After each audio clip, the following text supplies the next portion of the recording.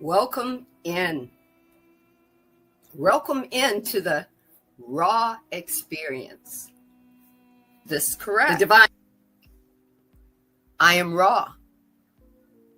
This is not precisely correct. Distortion of the bodily or mental complex are those distortions found in beings which have need of experiences which aid in polarization. These polarizations may be those of entities which have already chosen the path or polarization to be followed. It is more likely for positively oriented individuals to be experiencing distortions within the physical complex due to the lack of consuming interest in self. And what I'm really getting to and want to wrap up with is really finding the power of neutrality in this world.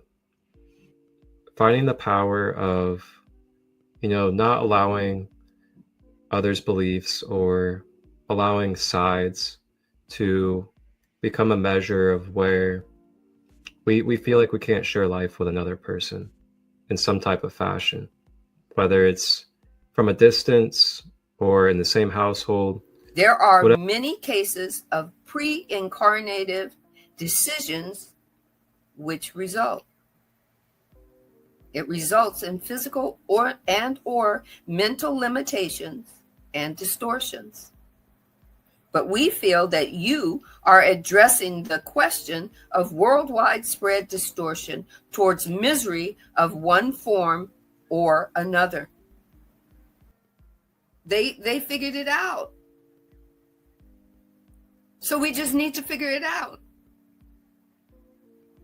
If you figured out that this is the matrix, and now you figured out that it's matrix, what are you going to do? Are you going to be fearful about being in the matrix, or are you going to learn a little bit more about it and how you can manipulate it? Because I guarantee you, the people that you're complaining about that might be trying to hold, that you think are trying to hold you captive in their story, the upper stories, allow something into our field. Allowing could also be we are unconscious that we are allowing something energetically into our field. And this could be because we are having a trauma response, or we're triggered, or we are acting impulsively and we weren't consciously aware of the action that we took in that moment. And then from that moment, we then opened up our energy to a certain field and consented to it, whether it was intentional or non-intentional. And that's what's fascinating to me about this multidimensional life that we're in.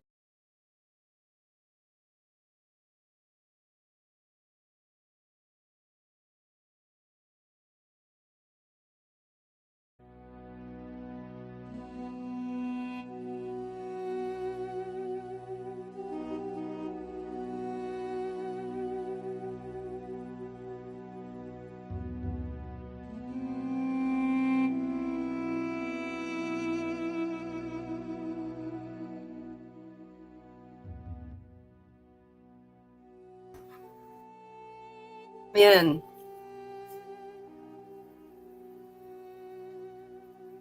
Welcome in to this now moment.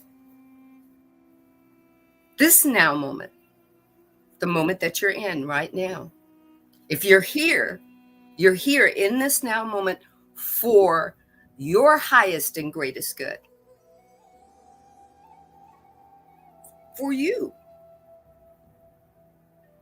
The information that Ra shares with you will expand and grow you right now. And then you can read the same thing that Ra has shared with you in a new now moment, and it expands you even more. That's why we keep saying, hey, let's deep dive into the unknown. Let's keep making it known. There's always more to know. Ra isn't saying what they're giving you is right or wrong. Ra is saying we have already moved planetarily to 6 density. Their wholeness. Now, who knows, in our lifetime, maybe in my lifetime, I might leave this world before this planet makes it to a 6 density consciousness. But Ross says it can do it. If we did it, you can do it. Matter of fact, we're going to give you the cheat codes.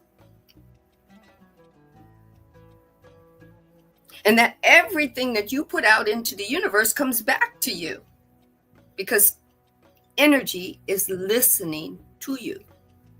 Energy it has never been created, nor can it be destroyed. It can only be transformed or alchemated, and you're the creator of that. That's all Ra is saying. And the questioners are asking these questions, trying to access the cheat codes.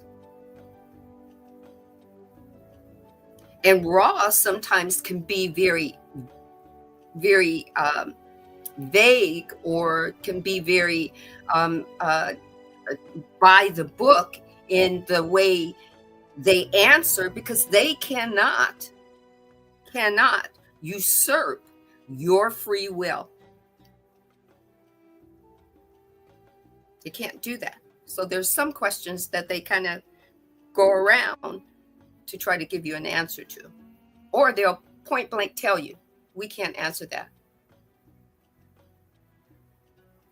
So I am glad that you are here today in this now moment, so that you can expand your knowledge and your wisdom of the unknown within you. Over to you, Marcus.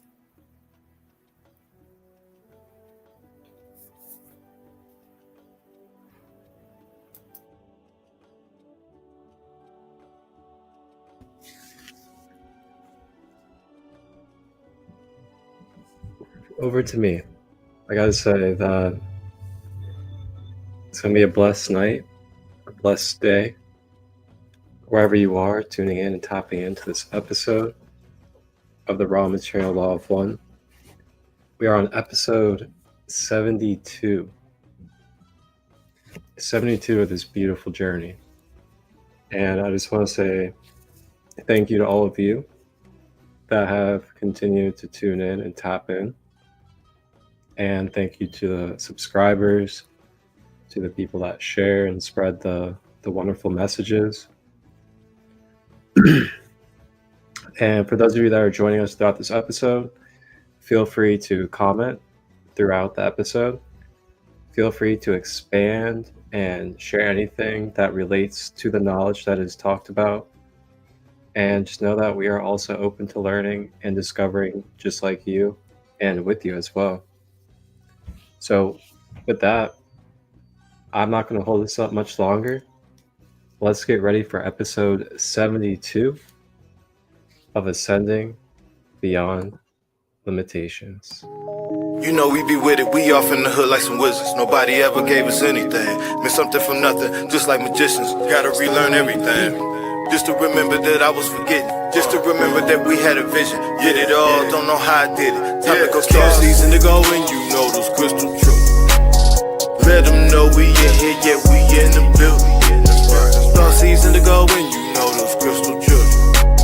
Back up in the matrix, yeah, we know the vision. Start season to go and you know those crystal truths. Let them know we in here, yeah, we in the building. Start season to go and you know those crystal truths. Back up in the matrix, yeah, we know the vision. Off on the mission, you know how it goes. Off in the system, they turn up their nose. They took all the soil, but they didn't know. Through the concrete, you see the ropes. Eyes ain't open, don't mean I ain't woke. Ain't got no cash, don't mean that I'm broke.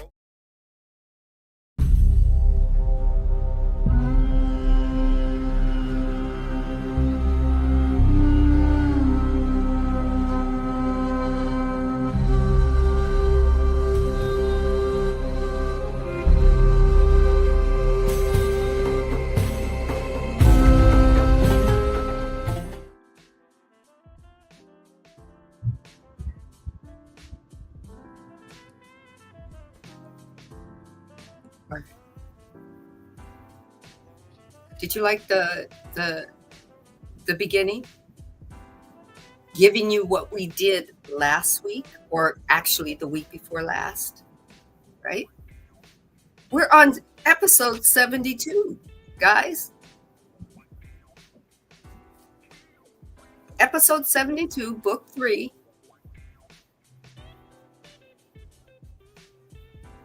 Taking all the information that they've shared with us, that their collective selves have decided to pour into us. And it's us that gets to accept it or not. Take what resonates or leave it alone. Ra says, nothing more I can do except share it with you. So here we go. Here we go. The questioner asked, we would welcome the service of this entity who uses, and I will use the misnomer, attack. Here it goes. He's talking about the attack again.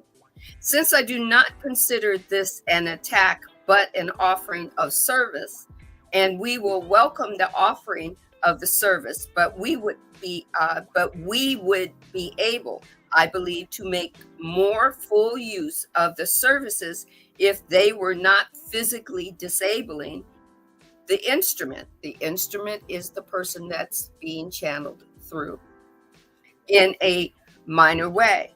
For with a greater physical ability, she could be able to be more appreciative of the service.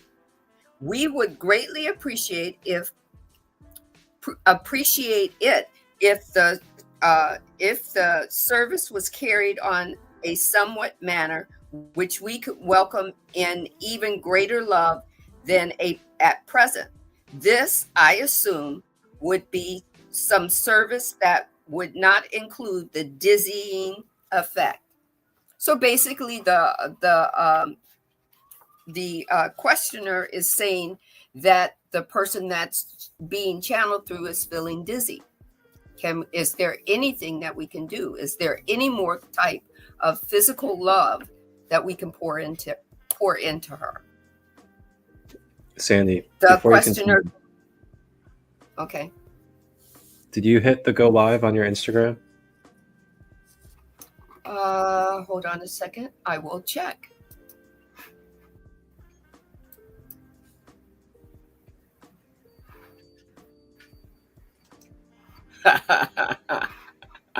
Shall we laugh at that?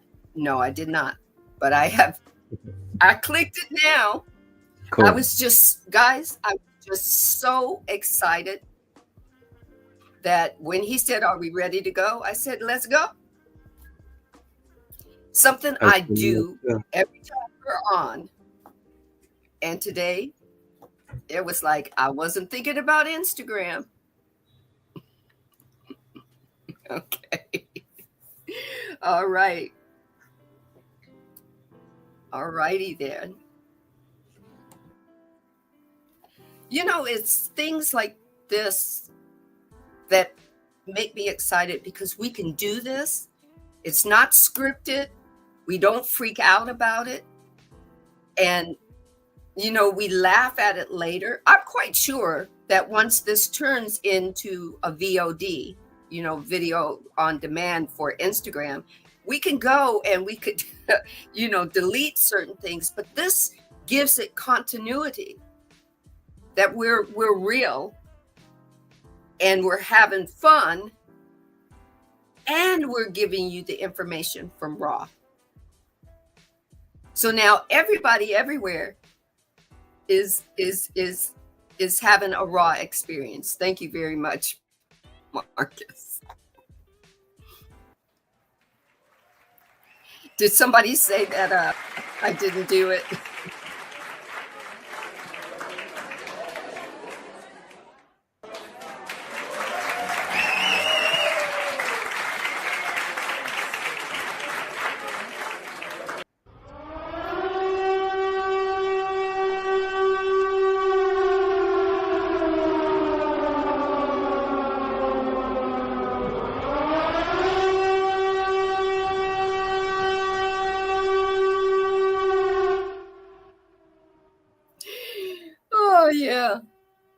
I love it. I love those moments. So now we go back to now we put the spotlight back on the questioner. Okay. The questioner just says, I'm trying to understand the mechanism of the service of the entity that seems to be constantly with us. And I am trying to understand the origin of this entity and his mechanism of greeting us. I will make a statement that will probably be incorrect, but in a function of my extreme limitation in understanding the other's densities and how they work.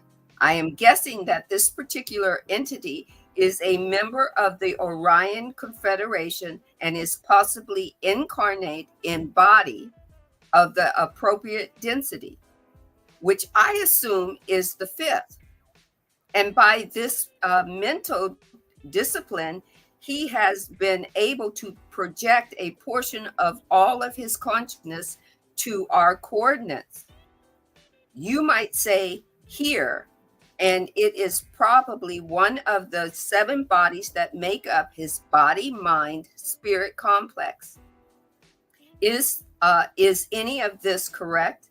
And can you tell me what is correct or incorrect about this statement?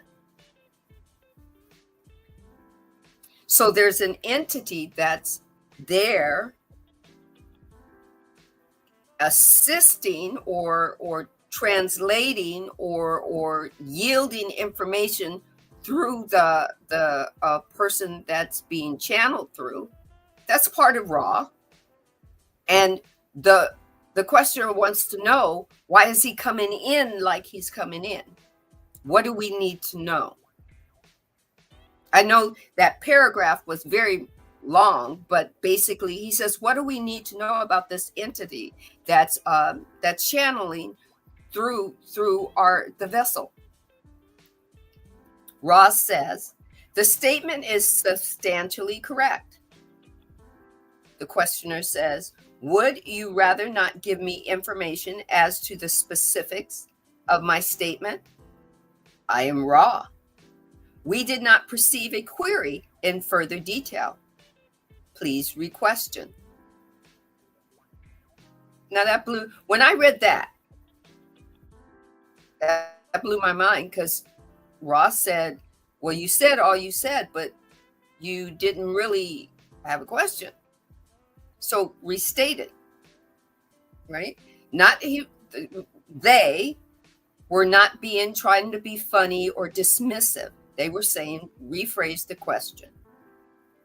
The questioner says, which body in respect to the colors does the entity use to travel to us? I know this is going to Marcus is probably already shaking in his seat because we're talking about the chakras again, right? Okay. I am Ra. This query is not particularly simple to answer due to the trans-dimensional nature, not only of space-time and time-space, but from density to density. The space-time light or fifth density body is used while the space-time fifth density body remains in fifth density. The assumption that the consciousness is projected thereby is correct. The assumption that this conscious vehicle attached to the space-time fifth density physical complex is that vehicle which works in this particular service is correct. Is correct.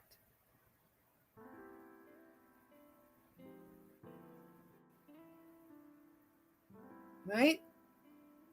We're always in contact with our higher beingness, and our higher beingness is open to other higher beingness being in contact with us to give us information.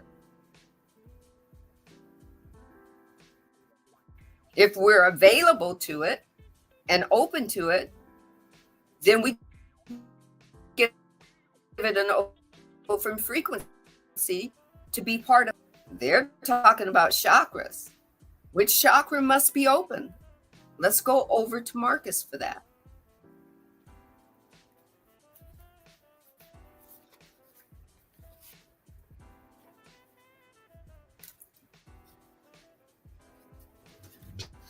So, what was the color?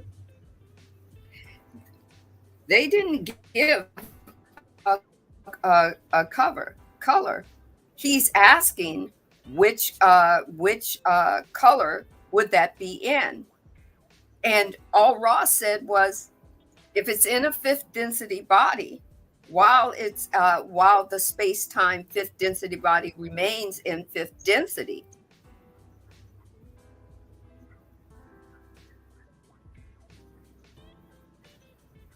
So really, guys, Ra didn't answer what color,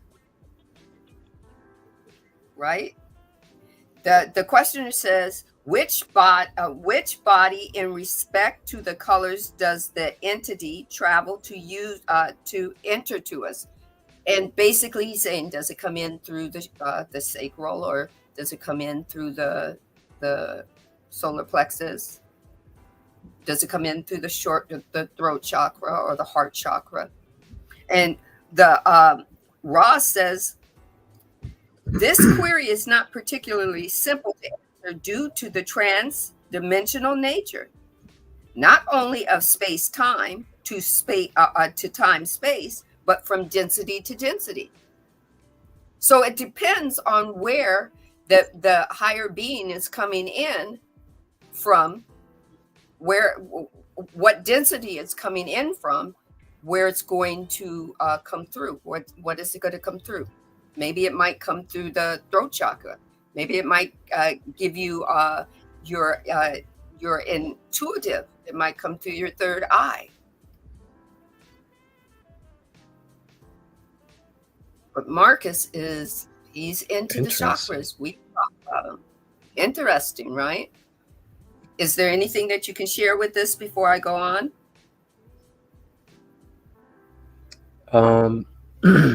I would probably say maybe let's see what the next question answer is and see if it builds off of it. All right. Okay. Questioner says, I undoubtedly will ask several ununiform questions.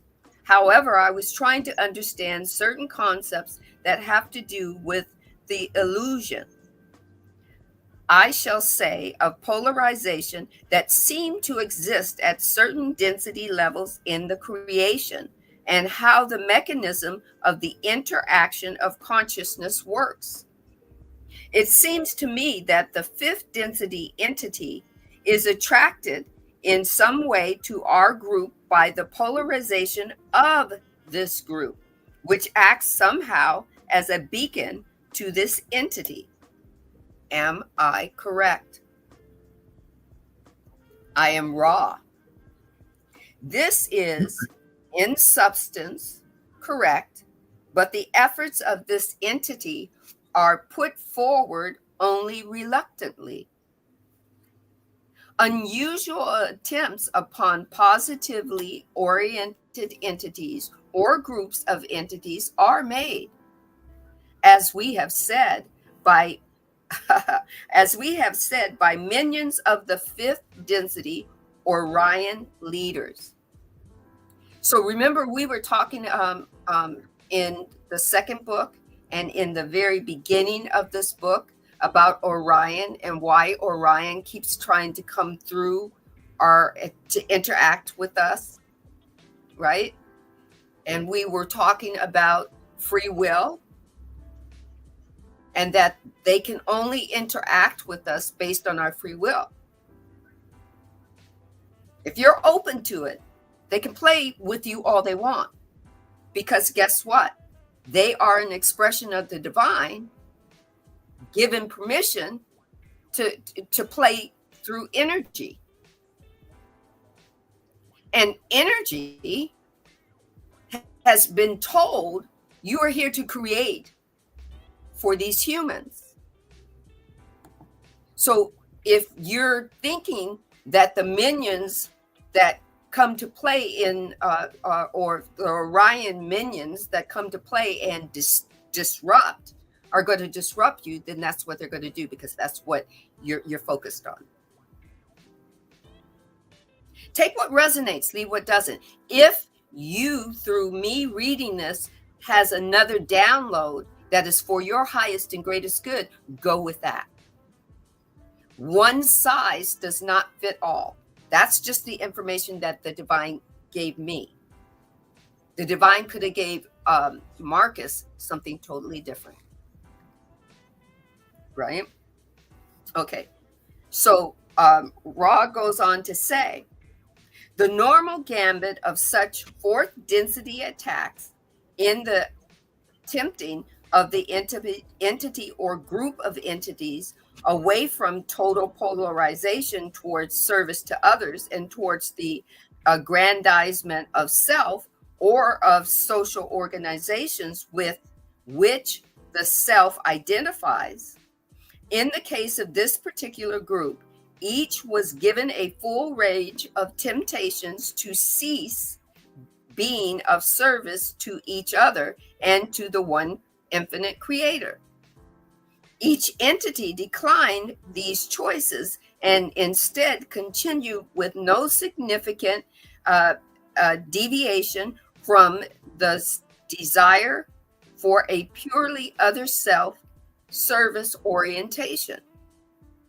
At this point of the fifth density entities overseeing such detuning processes determines that it would be necessary to terminate the group by what you might call a magical means. As you understand ritual magic, we have previously discussed the potential for the removal of one of these groups by such attack, and have noted that by far the most vulnerable is the instrument due to its pre-incarnative physical complex distortions.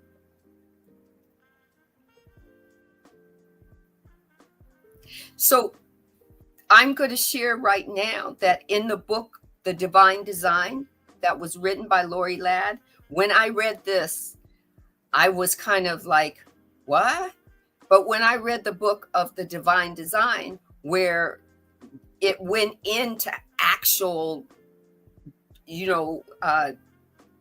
drawn out what actually happened, the book painted a picture of all these higher beings that came in, all these higher beings that we call extraterrestrials, that we call, devils, or that we call mischievous minions or whatnot.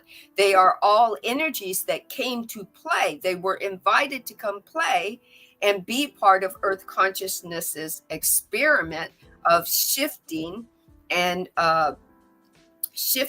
evolving in the human, in a physical form. And they were invited to come play. They just decided that they didn't want to take a physical body. They wanted to do other things. They wanted to manipulate energy different ways. And throughout the whole book, it deals with how they were dealt with. Whenever they came to mischievous workings to destroy Earth, which was the one big no-no. You couldn't destroy Earth consciousness and her body. Right? But the only way they can physically come back after they were removed is through our dream cycle, our astral plane, or through our belief in them. Through our giving energy, giving them permission to be the energy and take form as aliens or intergalactic, whatever. And that if you believe they're here to hurt you, then the energy is going to say, your wish is my command. And then they come in. That helped me understand that if this body is being bombarded by some pain, it's because she's allowing that energy to come in for some reason. And Ra's saying, we took care of that. It's possible she keeps opening herself up to it. Over to you, Marcus.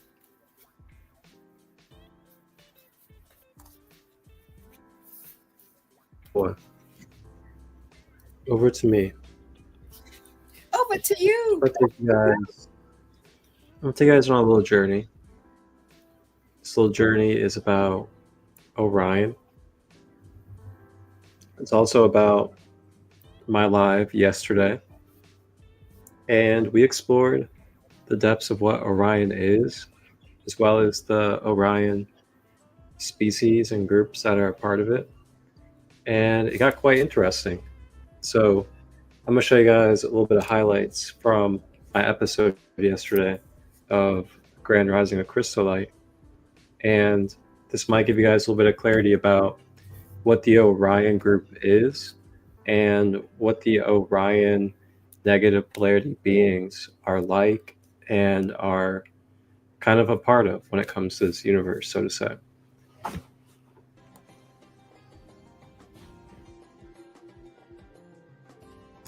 The 42 assessors, going into deep self-reflection of our heart and seeing where our heart weighs. Is our heart light as a feather? Or are we attached to the world and we're carrying grudges, karma, personal attachments to the world and the way that the world is operating? That we are definitely discerning what we're channeling, who we're channeling, if we even should channel. And also, you know, these energies are present in everyday life. There are plenty of people masquerading in this world as, you know, pure, loving beings, but behind closed doors are full of greed and control. Your spirit is a false guide is going to make you worship them. A false guide is also going to have you put them on a pedestal and make you feel like you have to only go through them in order to have the power and connection to the source. God. And when you see yourself as an equal to Yeshua, remembering that you're both souls that are eternal in a human incarnation, and that you're both able to channel divine energies because you are one with the divine, you're opening up a whole new ball game of the way that your mentalism or your mind is now constructing your universe so long. And as I read this, I want you to think about the corruption that has been in this world. You know, between trafficking, between the sexualization, between the children, like all these different things. Just watch. So,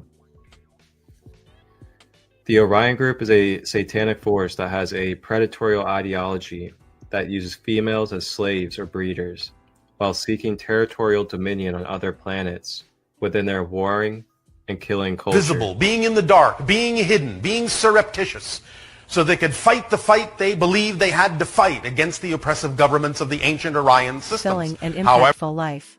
By tapping into their unique gifts and talents, Orion starseeds can make a positive contribution to the world and help to bring about the evolution of humanity and the planet. Thank you for watching Starseed TV. Please don't forget to like and subscribe. Thank you with love and gratitude. See you in my next video. In this lab, they could magnify the cells and manipulate them using their fingers through vibration. They reorganize the DNA patterns to balance them with the information from their own worlds. So yeah, as you guys see, you can see more in depth about that in full when you go to the actual episode. And you can find that on the YouTube channel, Sacred Light Broadcast Network. But basically, to sum it all up, like, there's a little bit of everything that comes from Orion. You know, you have some positive polarity beings, you have some negative polarity beings.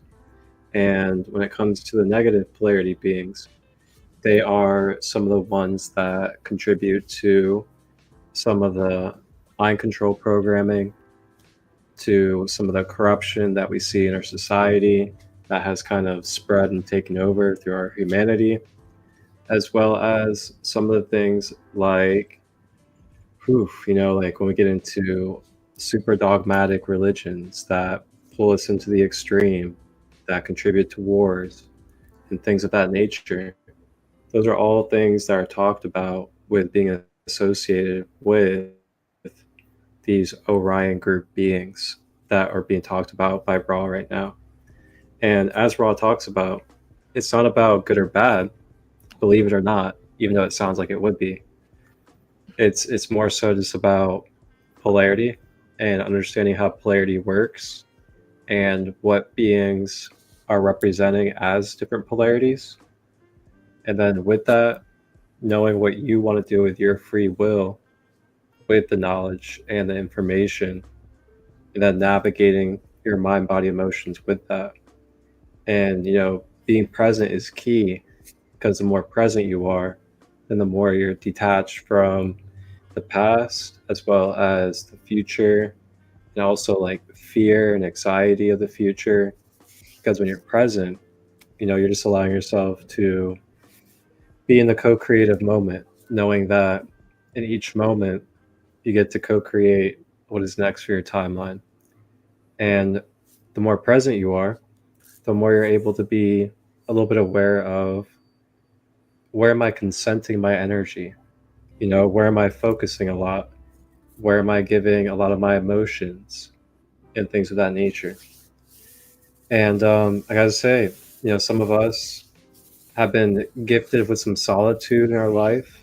And sometimes we may forget that solitude is a tool that we can use. And in solitude, we can kind of rediscover our intentions and kind of see where we are with ourselves and our mind, body, emotions, and also see if there's anything to let go of or continue more of. And I'd also say put more love and care into as well.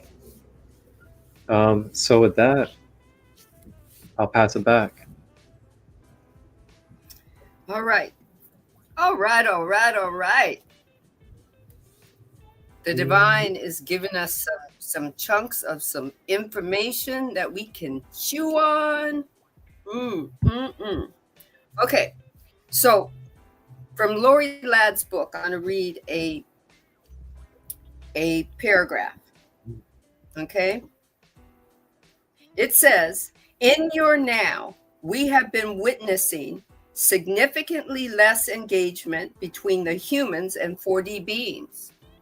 4D beings were created by the higher beings that decided that they did not want to take a physical human body to have a journey in. They wanted to come and utilize the energy to see if they could make a form of them without, having any higher beings to take consciousness. And guess what?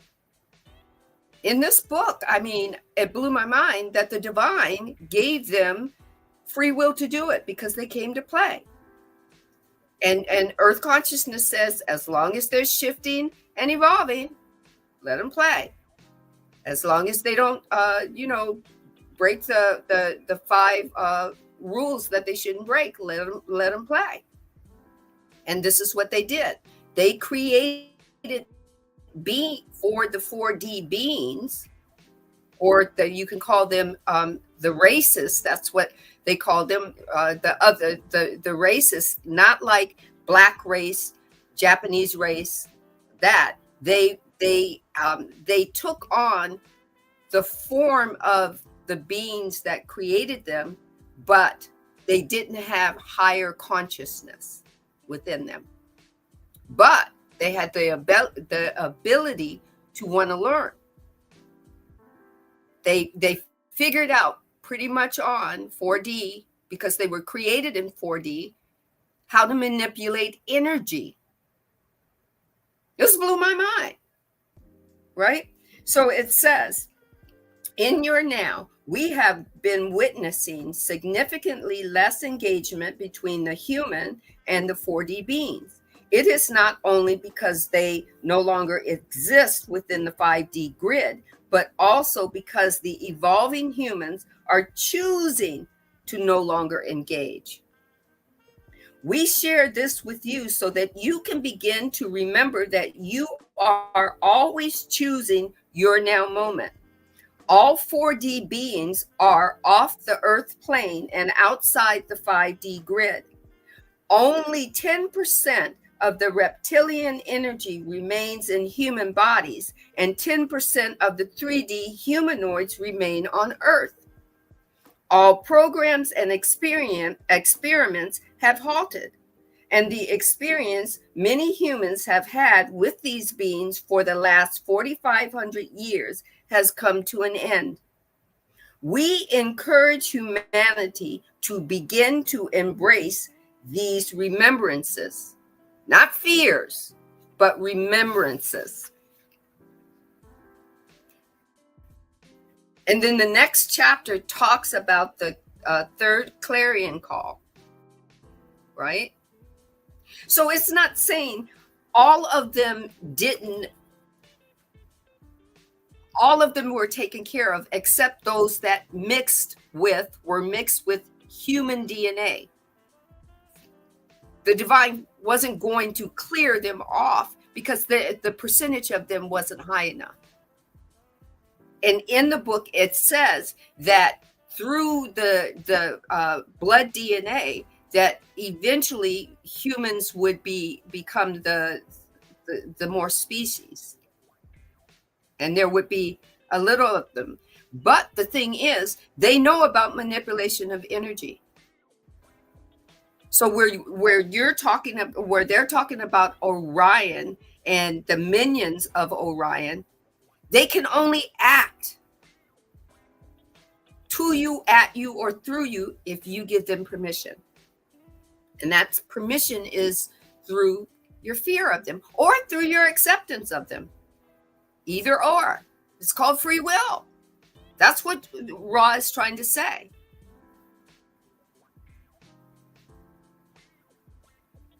So we'll continue. The questioner says, in order for this group to remain fully in service to the Creator, since we recognize this fifth density entity as the Creator, we must also attempt to serve in any way we can. Is it possible for you to communicate with us the desires of this entity if there are other, that's interesting. If there are other, okay, I think I need to slow my roll. I think I'm adding a word in there. If there are any, in addition to us simply ceasing the reception and the dissemination of that which you provide. So are we taking our own perception and overriding what Ra is trying to provide to us as far as channeling? We can do that as well. Our perception of energy, if we perceive our energy to be one thing and it's being another thing, because we've got our energy. It was believed, the divine says, slow your roll and share it this way. It was believed that you couldn't have two thoughts at the same time, but you can. One is going to have more energy than the other, because that, if you're saying, I want to be rich, and you keep saying that, that's your affirmation. But the next thought is, I don't see where that's going to happen. I don't see how that's going to happen. I don't see the numbers in my bank. Well, the second thought is going to use up more energy. So if Ra is trying to share some information through the vessel, but the vessel is having different thoughts than what Ra is trying to bring into her and speak through her, then she's going to be uncomfortable. It's going to be uncomfortable for her chakra. It's going to be uncomfortable for wherever that information is being taken in. And Ra is saying, it's not us. It's how it's perceived, how it's taken in.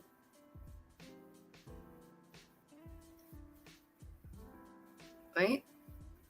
Ra says, this entity has two desires.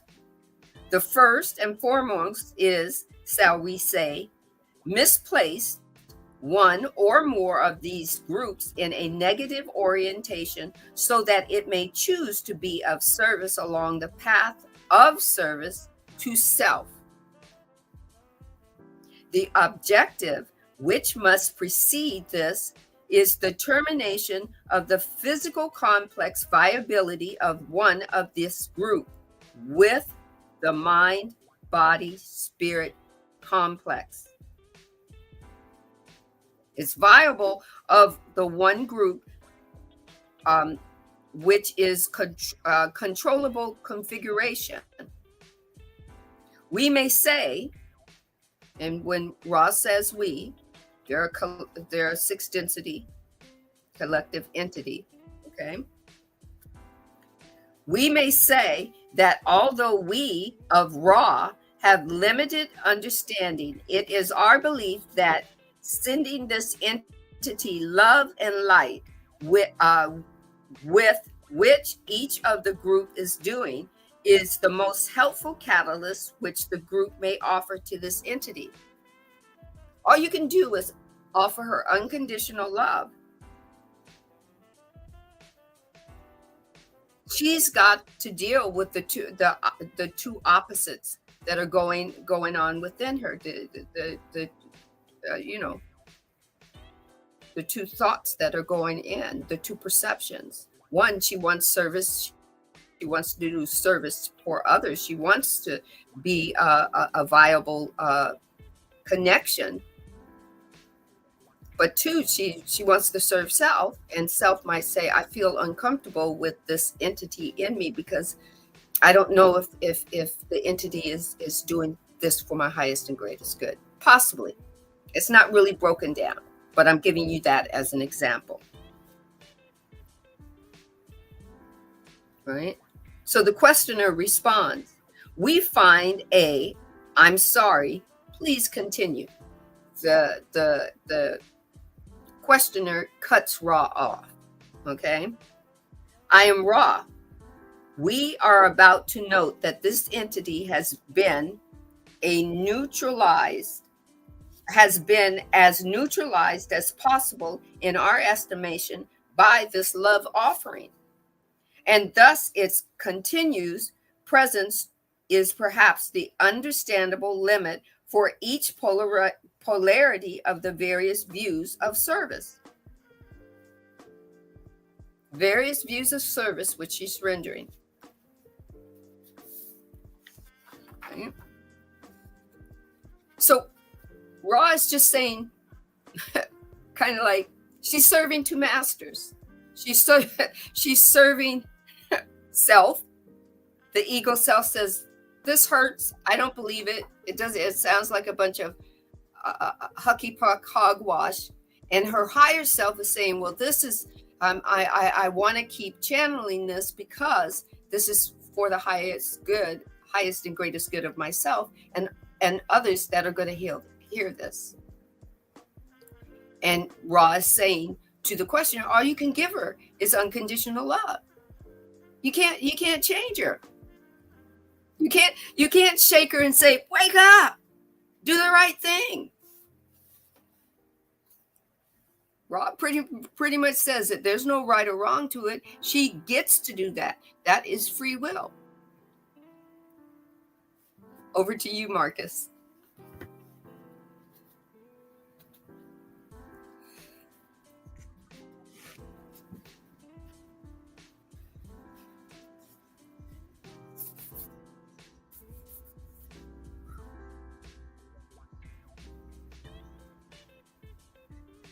free Open, will. open.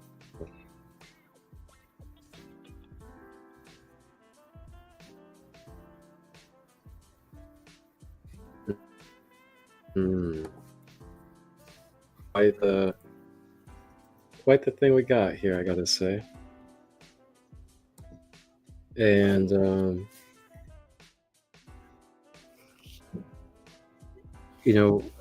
what I really found is that the more I allow my free will to be expressed, the more of life is thyself.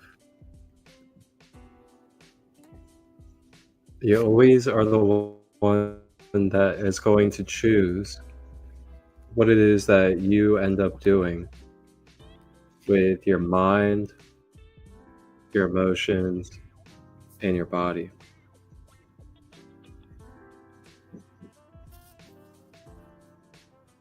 Now, what's fascinating is that we are these multidimensional crystal, plasma, stardust, water, flesh beings. And what's really interesting with that is it's very complex and fascinating. But we're also all the way down here in the third dimension. And I really like how Ra was talking about being like almost like a searchlight or a beacon for the higher planes to be able to channel energy down here into these planes. It's so fascinating because I actually was just talking about this, and I think this was today. Actually, I was talking about how we contribute in this universe, being down here in this lower third dimension, as being like these beacons or these anchors for higher dimensional or divine light to be able to be anchored down into this third dimensional grid system. And with that, let's explore free will a little bit. Behold, I stand at the door and knock. If anyone hears my voice and opens the door, I will come in. Revelation 3:20, if there's one thing God never forces, it's love. And that's where this chapter begins, with free will, one of the most sacred principles in both the Law of One and the teachings of Jesus. The Law of One teaches that free will is the first distortion from pure oneness, meaning before love, before light, there was free will. The Creator granted each soul the ability to choose, to seek, to question, to wander, to awaken. And isn't that exactly what Jesus modeled? He never demanded belief. He invited it. He never manipulated people. He met them where they were. He didn't force miracles. He asked, "Do you believe I can do this?" Free will is how we come to God in a way that is real. It's the doorway through which love becomes authentic. Now let's be honest, honoring free will is hard, especially when we want people to wake up or get it or see the truth. But here's the uncomfortable grace. Even Jesus let people walk away. The rich young ruler, he let him go. The people who mocked him, he stayed silent. Even on the cross, he said, "Forgive them. They don't know what they're doing." He never withheld love, but he always honored the mystery of each soul's journey. That's what the Law of One calls us to trust in the process, to honor where people are, and to let the Spirit guide, not our ego. Free will is also tied to faith, because real faith means letting go of control. We have to trust that the Creator is working in people's lives even when it looks messy. We have to believe that love is stronger than fear, even when someone isn't ready to receive it. You can plant seeds, but you can't force the bloom. So how do we live this out? We stop trying to change people, and we start being a mirror of the love we hope they'll discover. We offer kindness, not control. We ask questions, not demand agreement. We trust that the same Spirit who awakened us is working in them. Because when love is freely chosen, it transforms everything. And that's the journey Jesus honored. That's the journey the Law of One reminds us of. So here's your invitation today. Where are you trying to control what's not yours to control? Can you loosen your grip and trust the process? Can you honor someone's free will, even when it's different from your own? And can you trust that the Spirit of Christ is already at work, in them, in you, and in the space in between? In the next video, we'll explore how this all comes alive in action, through service to others, and why that's the highest path in both the law of one and the walk of Christ. If this message brought you peace or clarity, go ahead and subscribe, share it with someone on the path, and leave a comment. What does honoring free will look like in your life right now? You are loved, you are free, and so is everyone else.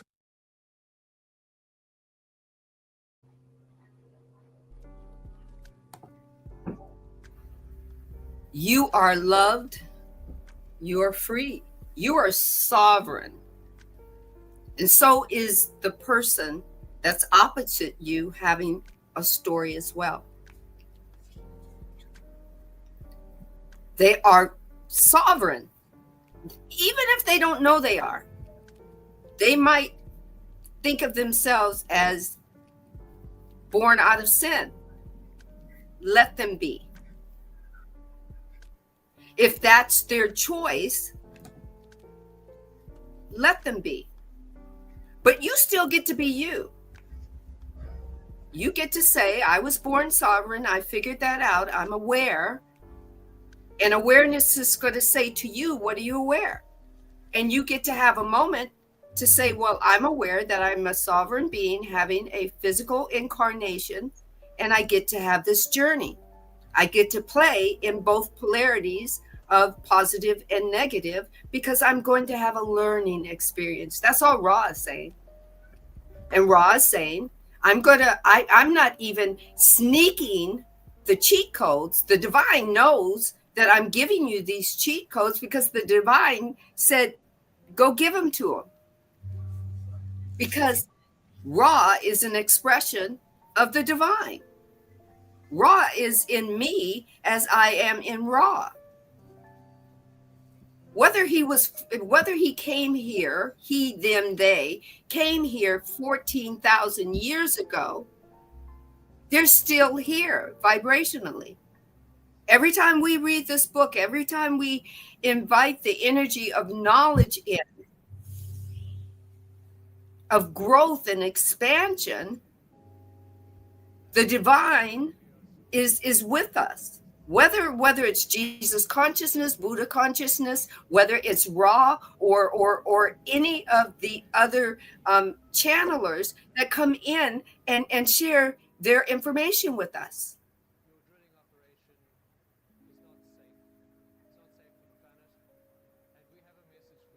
There are some people that want to call their higher beings angels, and there are some people that want to call them our spirit guides. They're still energy. What would it hurt you to allow somebody to label their energy and their story the way they want to label it? Ra is saying there's no right or wrong to it. Just be. This is what free will is all about. You get to make a choice. It might give you the glory that you want. And then it might turn around and you might have that feeling, oh, that didn't work out. I didn't like the way that felt. Well, good, because you get to change it. Why? Because you have more free will. That's all Ra is saying. We got time for one more question. Oh, absolutely. We definitely have time. Okay. So the questioner says, how then could we solve this paradox? I am Ra.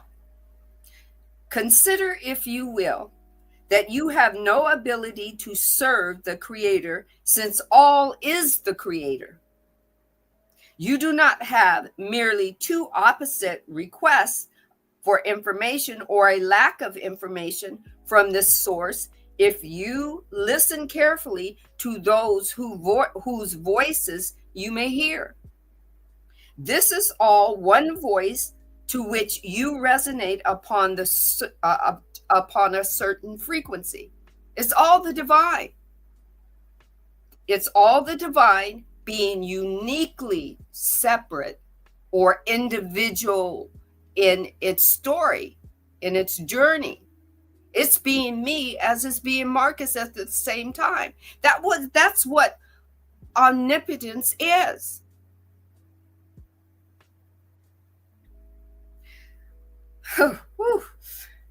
Ross says, this frequency determines your choice of service to the one creator. As it happens, this group's vibratory pattern and those of Ra are compatible and enable us to speak through the instrument with your support. This is a function of free will. Ra is reminding you that they cannot channel through her if she did not give her free will approval, which she did. She may be conflicted at it, but she did. Okay.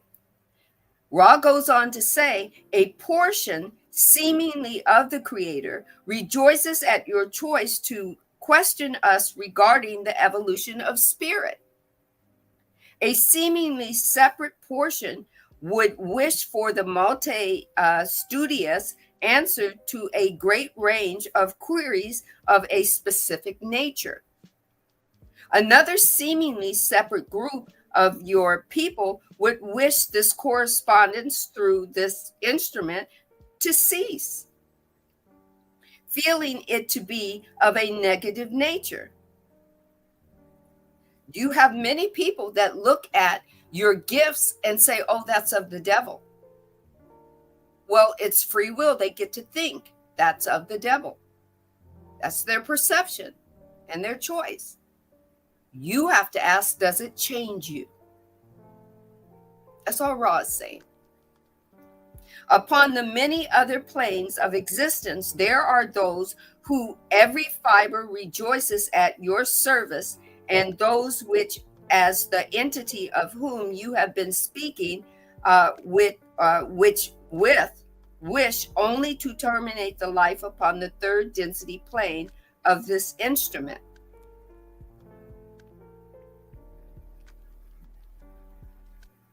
They just want her to stop. So she's conflicted. She's having, do I, don't I? Do I, don't I? And the questioner is noticing that through her body system is reflecting it. Exactly, Chatterbox. It's all a learning process. Exactly, Dwayne. And not two people are not going to learn it exactly the same way. They're going to hear information, the same information, but they're going to discern it different ways. One person could judge it. Another person could discern it. One person could have a perception about it. Another person could have a different perception. No two people are going to see exactly the same way, even in their through their third eye. They're all tuned in and tapped in with the divine, and the divine is being them in a journey. I am on a journey with Marcus. He is on the front label of the 45. I am on the back label of the 45. He is the lead in his story, and I'm one of the characters that's part of his story. But on the flip side, on that back side, I am the lead in my own story, and he is a character in mine. We are multidimensional. The divine is moving in, through, and as us, and utilizing our free will to have a story. Holy moly, Batman.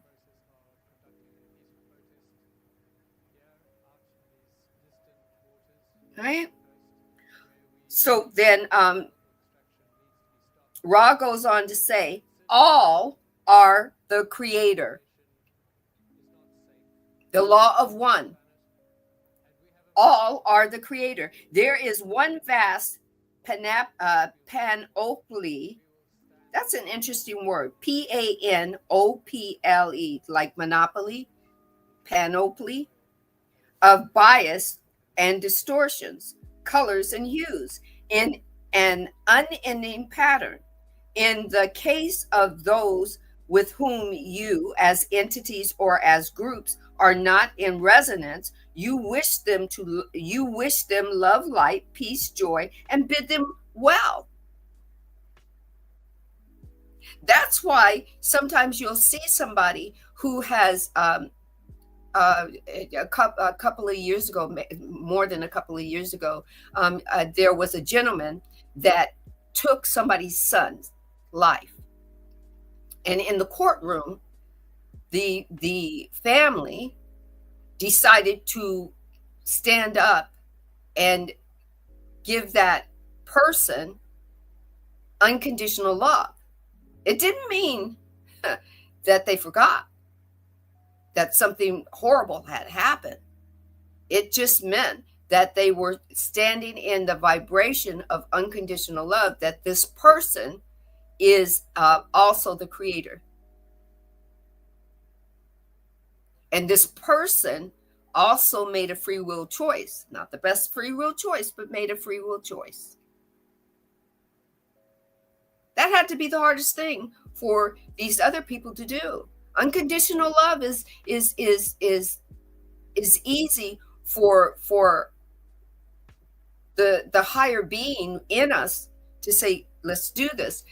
But we struggle with it when we get to our little I, that ego that says, what the fuck?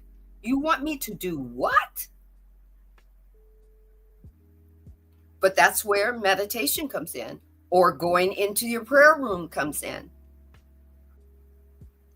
It becomes what you decide is for your highest and greatest good. You decide what's going to be the action of your free will. That's all Ra is saying.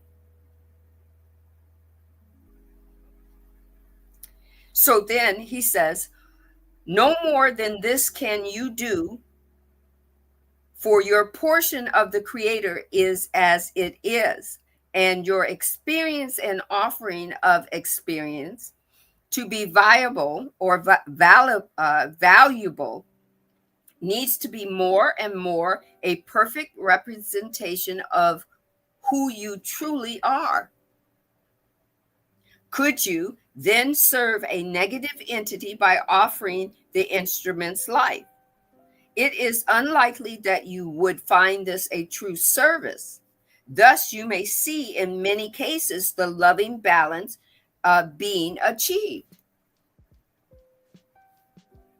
The love being offered, light being sent, and the service of the service to self-oriented entity gratefully acknowledging while being rejected as not being useful in your journey at this time. Thus, you serve one creator without paradox. So, all of that to say to the questioner, there's no paradox. You're serving one creator. You get to make a free will choice. You get to serve the negative polarity. You get to serve service to self only. You get to step over people in your service to self because that's free will. And you get to, but the divine has put in place cause and effect. You step over somebody, you created an action. The law of cause and effect says, okay, you did this to this person, but here I have to give this energy back to you. And it shows up in your life somehow, some way. It may not show up exactly how you put it out to another person, but it shows up. You get to choose the polarity. We walk between negative and positive and negative polarity. Why? In this third density, because we are learning, we are growing, we are evolving. And then we get to wash, rinse, and repeat if we want to. So there's no paradox. Over to you, Marcus.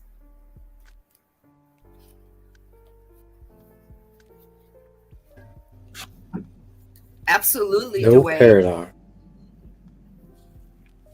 Karma. Yes. And karma doesn't have to be a bitch, baby. Karma just is.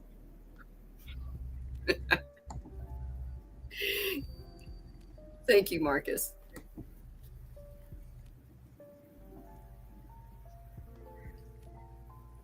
Karma.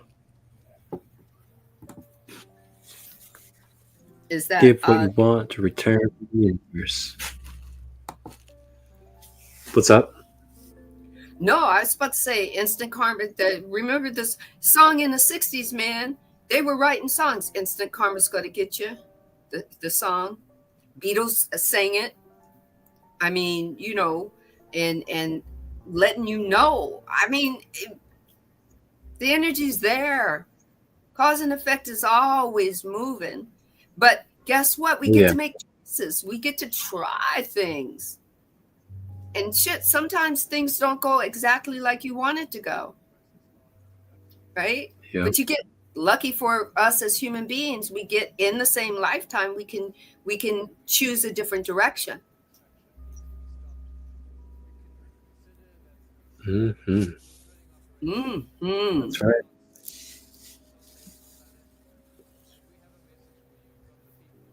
It's pretty amazing, I gotta say. Share with us. I see those eyes moving, spiritually moving back and forth like something's coming.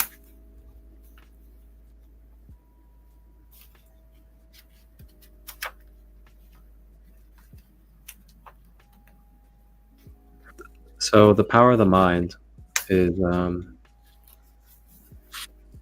it's quite a fascinating topic. The power of the mind of, you know, consent, the power of the mind of personal sovereignty, and something I've been reflecting on with the knowledge I've been reading is about, you know, with our free will, with the power of our mentalism, the power of our mind, and our consent of our energy,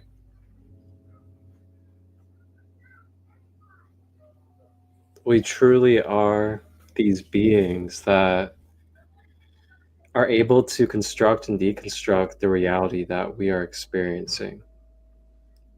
And to me, it's just really fascinating to like really go deeper into reflection on that and what that means and like how to really consciously embody that. And I find it fascinating to remember more often before I like, you know, get involved with contracts, before I go ahead and sign up and create an account for something, or I decide to give up a piece of what I'm creating to another authority or entity. It's been really an interesting journey just to really slow down before making choices and remembering that, hey, you know, no matter what kind of pressure I face, no matter what kind of confusion or uncertainty I'm facing, I do have free will and the ability to either, you know, take a step back, process, and then make a choice, or I can decline, or I can even ask more questions or find more ways to figure out what I need to get clarity. And it's just a really relieving thing. at times to remember that, especially when, we could get involved in something that would potentially end up dragging with us as we continue forward. But maybe we not even want to get involved in something like that. So I'll give you guys an example. I was doing some things with a bank yesterday, and the bank basically had this loophole of the only way I could cash this large check with them was if I opened an account with them, and then I would have to wait a couple days for the check to come in. But then after that, although the check is completely 100% like my money and it's from my energy and like things I did, this bank basically said that, okay, you can only take portions out at a time, and there's going to be a certain cutoff amount on how much you can take out at a time. So if you want to be able to get all of the large sum out at once, we would then make it back into a check again. And I was like, okay, so you would put me back in the same circle, basically. And then she was like, yeah. I was like, okay, what? That's so interesting to me. Now, I know this might be like a very subtle thing to people, or maybe people may not understand what I'm confused about.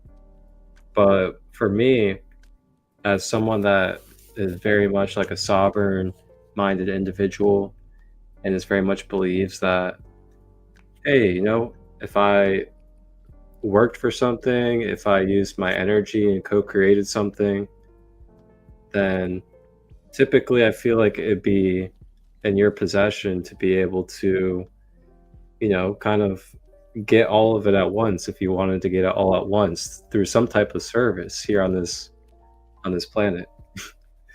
And it was just kind of mind-boggling to me, and I just sat there for a moment, and something in me was like, I think I'm really seeing a little bit between the lines here of what these well, I don't want to say all of them, but some of these central banking systems are doing. And it felt weird. It kind of felt like I was being like, I don't want to say being robbed in a way, but it just felt like it was like, wait, where does all this come from? I'm just trying to get my check cashed. Like, I have to create an account with you guys, give you guys all this information, and then I'm like attached to you guys. And they get a part of you. Yeah, and then you guys wouldn't even let me take all my money out if I wanted to get all my money out. Right. Oh my goodness. So yeah, I declined. Yeah. Try a credit union instead of a bank. Thank you. Yeah. I declined. I was like, No, I don't want something to move forward with. Like, I don't want to have to deal with an account and then trying to close it. Then you guys charge me because I try to close it or something. Right. Right. Yep. Yeah, but you got free will. You're a sovereign being. You got free will.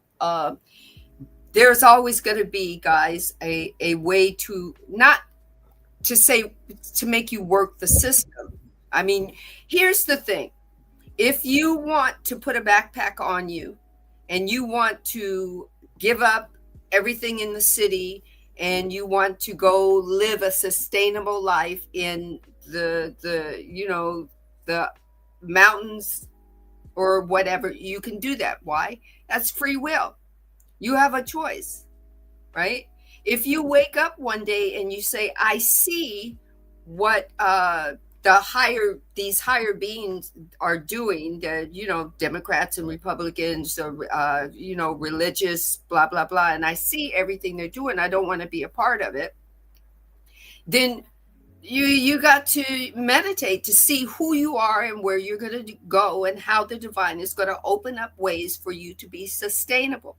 But understand this, Just because you decide that's the story that you want to have does not mean the person that's in your story, that's still in your story, wants to have it with you. It's just like this. You may come to your spirit, your sovereign spiritual awakening, your recalling of that you're a higher being with a human body and a conscious mind, sitting in the pulpit or on the church pew with your sister next to you, and all of a sudden you have an epiphany or a recalling that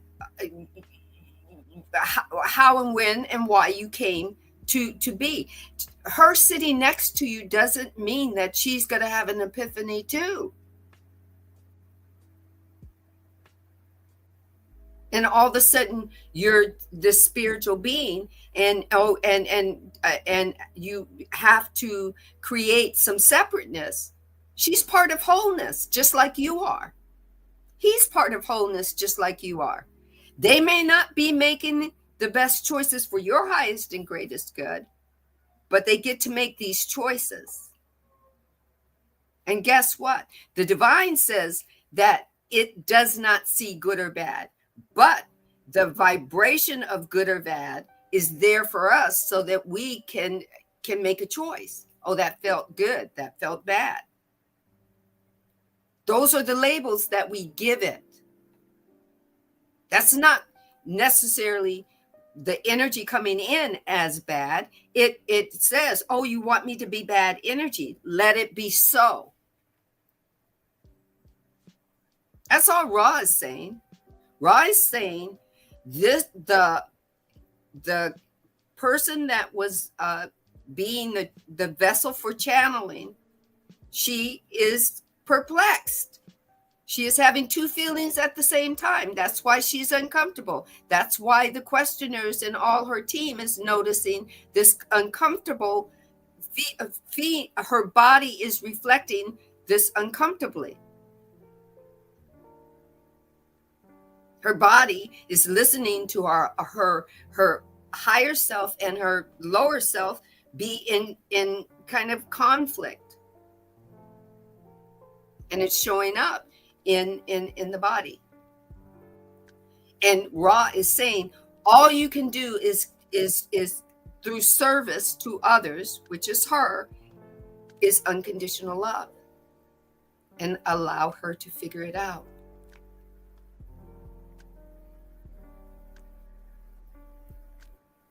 So before I leave, the divine wanted me to read part of the final statement of The Divine Design by Lori Ladd.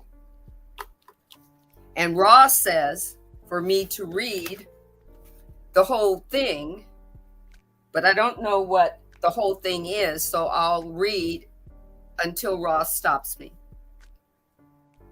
The final statement in this channeling says, as we begin to close this book and share our final thoughts, we want to remind you that you are moving through this evolutionary shift in human consciousness.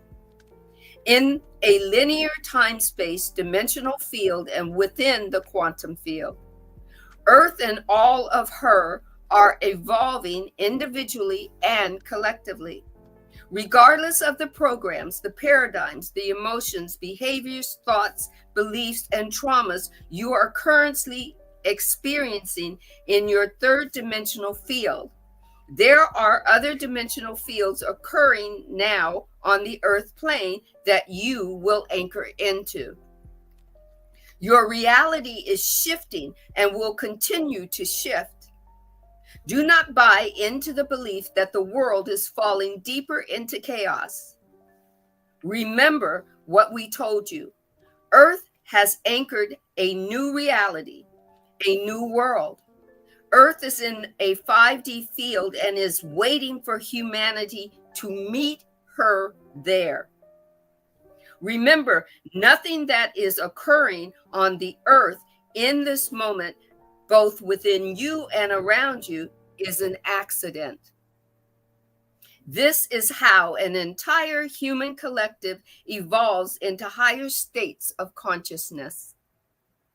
You are all currently experiencing the watching the trauma or density from the human collective be pulled out of darkness and into light, just like your own trauma.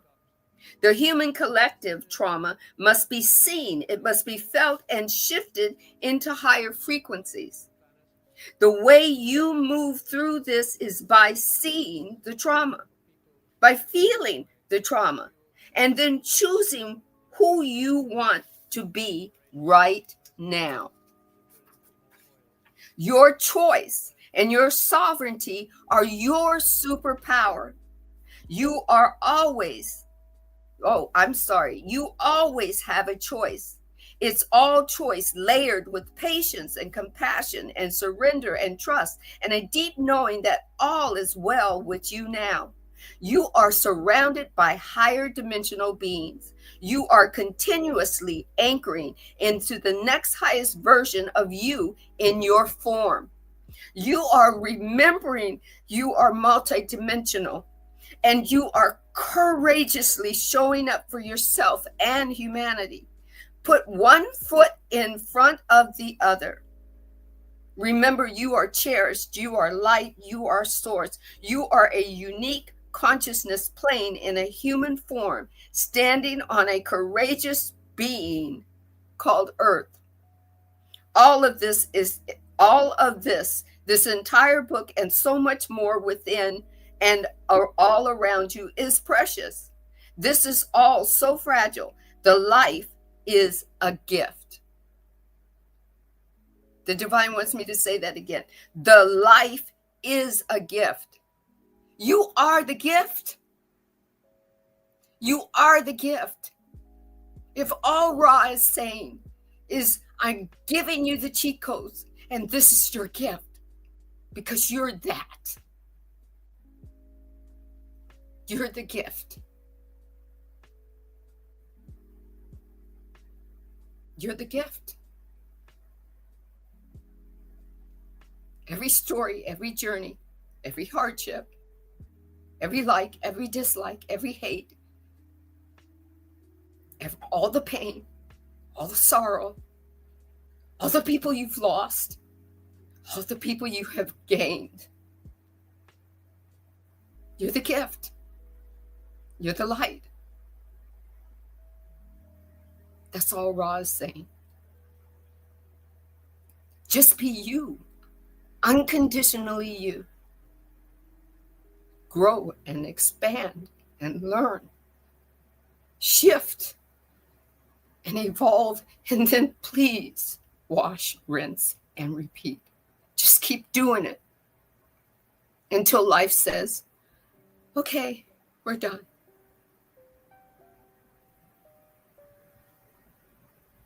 Whenever that is,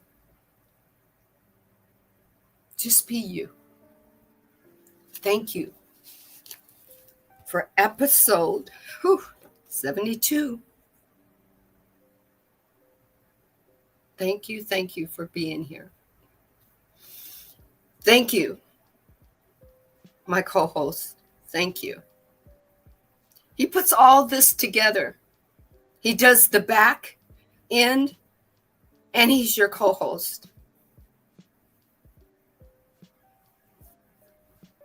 So like, subscribe, and share all of our YouTube, all of our Instagram, all of the Facebook. Share it with others. Let's grow a following towards just being unconditional love. Just be. Thank you. One love.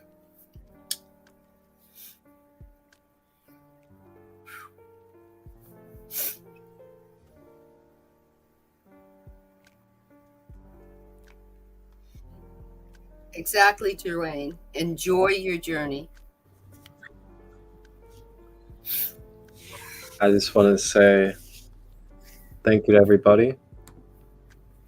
Thank you guys for joining us in this episode and sharing the comments on Instagram, YouTube, and Facebook. And like Sandy said, please, if you haven't yet, like, share, subscribe to all of our accounts. Soul Awakening with Sandra on YouTube, on Instagram, as well as Facebook, Christolight Robbins, Sacred Light Broadcast Network on YouTube, as well as Instagram, Sacred Light 33. And we really appreciate you guys. We're doing this out of our love and free will. We don't get financial gain. We don't get monetization for what we do. We are here because we just want to share the knowledge and share the messages with you guys, so you guys can obtain these different insights into your own consciousness, and with your free will, pick or choose what you do with the information and potentially integrate it for becoming a better version of yourself. That's our intention and all we could really ask for ever. And whatever you do with it, that is okay as well. And with that, I'm just gonna close this out with a nice little video. And this video is gonna bring us to the end, and it'll close this out. And this video is about a specific starseed group, or you can say, star beings that are higher dimensional beings that are part of the higher realms that we can connect with for assistance and guidance as we go through this law of one journey. And I felt called to sharing this because Ra was talking about, there being different guides and beings that are in the higher realms. So here's one of them that you can connect with and bring into your life consciously to help assist you along your journey. And with this, we'll close out. So with that being said, wholeness and balanced love, and we'll see you guys next week. Are you a Orion starseed? Welcome back, starseeds. Before we get started, please don't forget to subscribe and also check out my description below for free moon reading and how to attract wealth with your DNA. Let's begin. Orion starseeds are individuals who are believed to have originated from the Orion constellation, located in the southwestern sky. According to various spiritual and metaphysical beliefs, starseeds are advanced beings who have incarnated on Earth to assist with the spiritual evolution of humanity and the planet. Orion starseeds are thought to possess unique traits and abilities that distinguish them from other individuals and are believed to have specific missions or purposes to fulfill in their lifetime. The Orion constellation is one of the most recognizable constellations in the sky and has been depicted in many different cultures throughout history. It is composed of several bright stars that form the shape of a hunter, with the 3 stars of Orion's belt being the most prominent feature.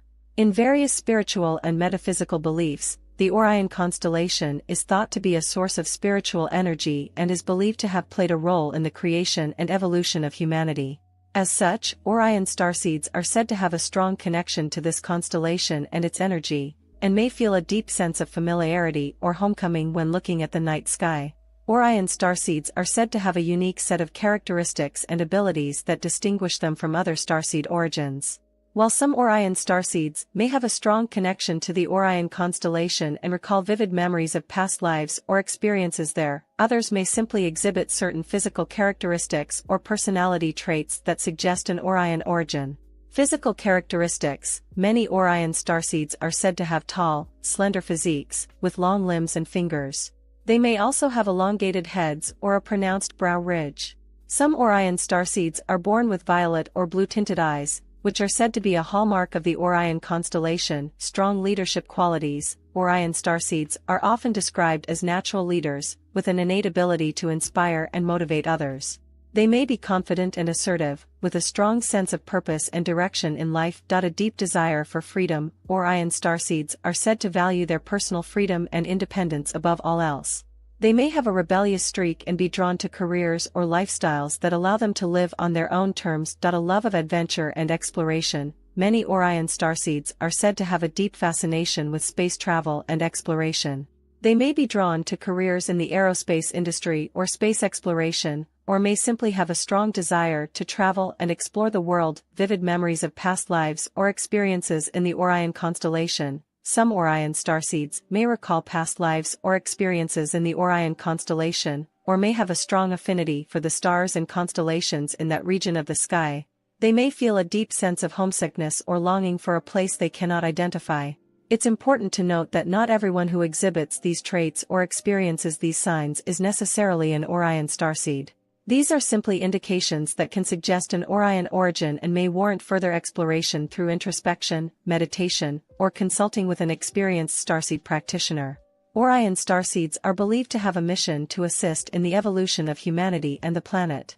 Their unique gifts and talents are thought to be essential to this mission, and aligning with their purpose can lead to a fulfilling and impactful life. The Orion mission is focused on bringing about positive change on Earth and helping humanity to evolve to a higher level of consciousness.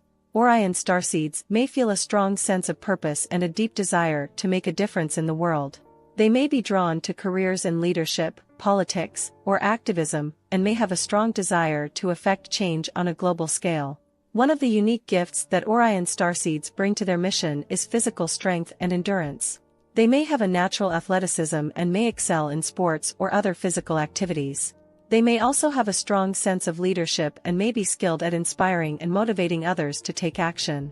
Orion starseeds are also believed to have a deep connection to nature and the environment. They may be drawn to outdoor activities and may feel a strong affinity for animals and the natural world. They may be passionate about environmental activism and conservation efforts.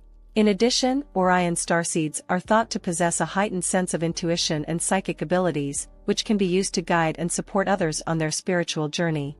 They may have a strong connection to the spiritual realm and may be drawn to practices such as meditation, energy healing, or shamanic journeying. Aligning with one's mission and purpose as an Orion starseed is essential to living a fulfilling and impactful life. By tapping into their unique gifts and talents, Orion starseeds can make a positive contribution to the world and help to bring about the evolution of humanity and the planet. Thank you for watching Starseed TV. Please don't forget to like and subscribe. Thank you with love and gratitude. See you in my next video.